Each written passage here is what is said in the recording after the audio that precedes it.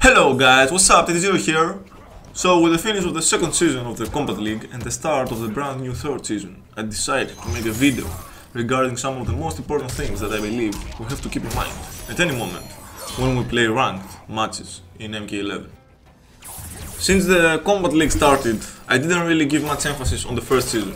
However, I did want to push myself and try reaching Elder God on the second season, and I have to admit it was quite challenging. There were many times that I felt really overwhelmed for various reasons. Perhaps I couldn't manage all the jails and the pressure of one of my opponents, both up close or with spamming attacks from range. Sometimes I was losing matches when we were both so close to death and the other guy survived with 1 fucking HP. Or when my internet connection went crazy just when I was about to perform a much needed combo. Either way, Mortal Kombat is one of the most intense and fast games you can play online right now, so frustration can easily occur. Thus, after many losses and complaints from my desk that I was too harsh on it, I wanted to get to the bottom of my defeats and my bad playstyle here and there, and these are the main 3 things that have helped me tremendously to improve as a player and win more matches overall.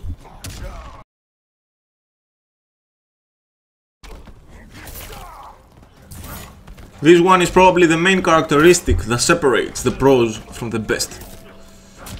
Mortal Kombat is a very fast-paced game, where one single frame or a decision can lead to a loss, or respectively a win. So basically, the higher the level you are playing at, the lower the reaction time gets, and every single misstep can lead to a huge punish, either by you or by your opponent. Unfortunately, there are certain instances where even godlike reactions cannot help you, and you have to basically take a guess, like grabs and certain combo strings, especially when playing online instead of offline, where you've got the delay happening. But here is where the separation we talked about before takes place. Even some of the best players you might come across on the Combat League who might have amazing reactions and know specifically what to do and how fast they can do it, if you actually know how to counter that, or at least realize their weakness soon enough, then you can instantly change the course of the game.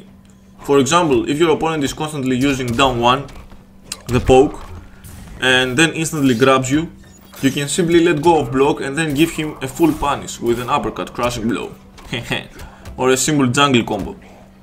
If he is constantly chopping all over the place, like some fucking Kung Lao players, sorry bros,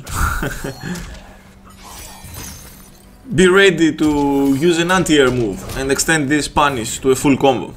Another basic but prime example is Scorpion Spear or Teleport. Especially at the start of the game where most people were using Scorpion, one thing that you would see almost every day between mid to low ranks would be people getting frustrated or didn't know what to do, because Scorpion would either spear them or teleport punish them. In this occasion, you have to be patient and ready. Remind yourself that the spear is a high attack and you can duck it and then maybe punish it, while the teleport, which was a mid but now is also a high after the latest patch, can be punishable once you block it, amplified or not. But adapting your playstyle does not only mean defense. One of my main characters right now is Sub-Zero. Damn, I love that dude. And as some of you might know, Sub-Zero has 2 strings that can either go low or overhead. The one is back 3 and the other is forward 2. Now, in one variation, the overhead cannot lead to a big combo, the variation called Thin Ice. But the other variation, which is called Dead of Winter, you can amplify the ice ball after the overhead and extend into a full combo. Thus, both options are much more valid. The thing here that I realized is that almost 90% of the time I would go for the low string. I don't really know why, perhaps because I was used to the first variation or because it is slightly faster. I think the low has 13 frame startup while the overhead has 19. Small difference, but in high level it can make a difference. However, the thing is that once my opponent got used to it, or he already knew Sub-Zero pretty well, it would be very difficult for me to open him up for a full combo. Thus, it is very important to know all of your character's options and be ready to utilize them at any given time. Does your opponent know you're going for the low? Go for the overhit.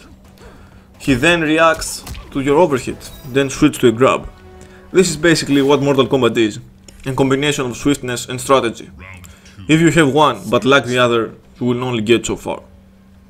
I believe that is what makes Sonic Fox one of the best players in the genre. His ability to adapt defensively against his opponents and then keep mixing up his offense, making his every move pretty much unpredictable.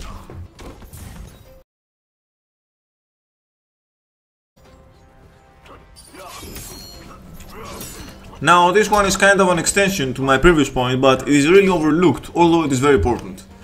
Has it ever occurred to you to play the first match, completely own your opponent, then he picks another character and he basically owns you? Perhaps you do manage to take the third match, but still, it turns out the game wasn't as easy as you thought it would be, right?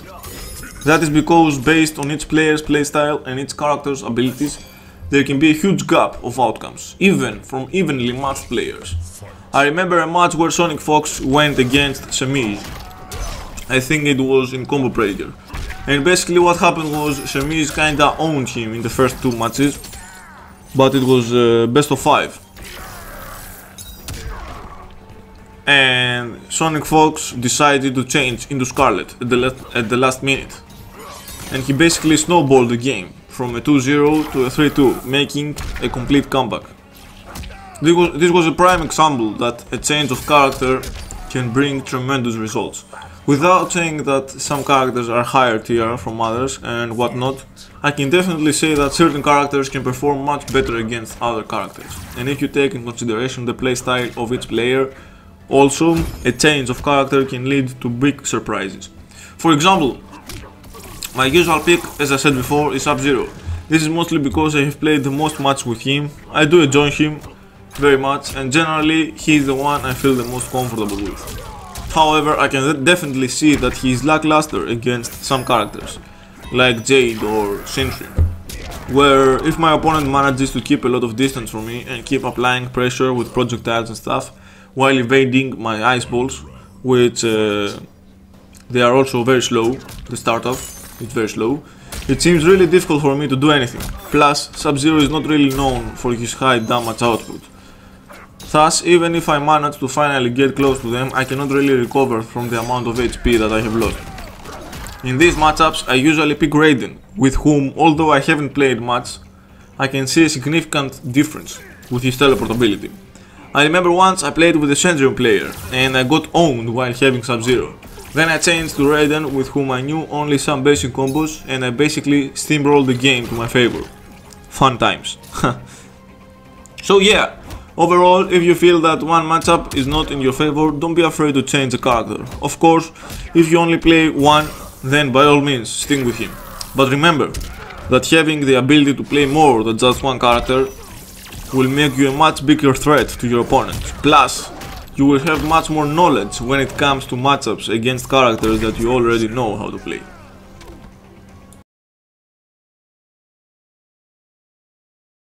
Fight! I know this final one might sound kinda stupid, but it is extremely true with all online games, and especially with Mortal Kombat. And because it is something very general, let me clarify a bit. If you feel like you had a difficult day at work, maybe your girlfriend busted your ball for no reason, or perhaps your cat had destroyed the furniture when you returned home, then it is a good idea not to play ranked if you do actually care about the ladder. Honestly, I would suggest you do not play MK at all, but whatever, at least don't go for the hard ones. This is because, as I said before, MK can be very frustrating for many reasons, and if you are already a little tilted, then you are going to get triggered, no matter what. Also, if you are actually in a good mood and you see that more than one consecutive games are not going in your favor, then I also suggest to stop playing. Or at the very least, visit the crypt or try some towers. One thing that I like to do if I get owned and I feel like the fight was pretty unfair, I will go and practice and try out my opponent's character and see what moves he was using and what were the frame data. That is a great way to see what is punishable and what is not. Know when you can press a button and generally be much more prepared the next time you face the same character. Especially with characters that most people don't play often or after a recent patch, checking out the move list and the frame data can be very beneficial. I know that when it comes to Mortal Kombat, we never lose because the opponent was better. It's always because of the internet connection or some fucking input that didn't register. But either way, it's really not worth it to get upset over a game and let this affect your gameplay, let alone your whole day. Thus, don't take the loss personally. Remind yourself that it is just a game. Other people don't even have legs. And just continue with your plan for the day. And please, let down the controller. It meant no harm.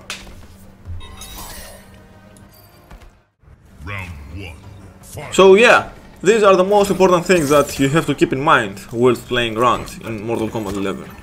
I know I could go into much more depth and discuss other more specific gameplay tips, however, I simply want to talk about advices that can be used immediately the next time you boot up the game, as they require no further knowledge or training, only discipline. Perhaps I will make another video in the future talking about more gameplay and stuff. But for now, my name is Alex, and I appreciate your time watching this video. I wish you a good day and farewell.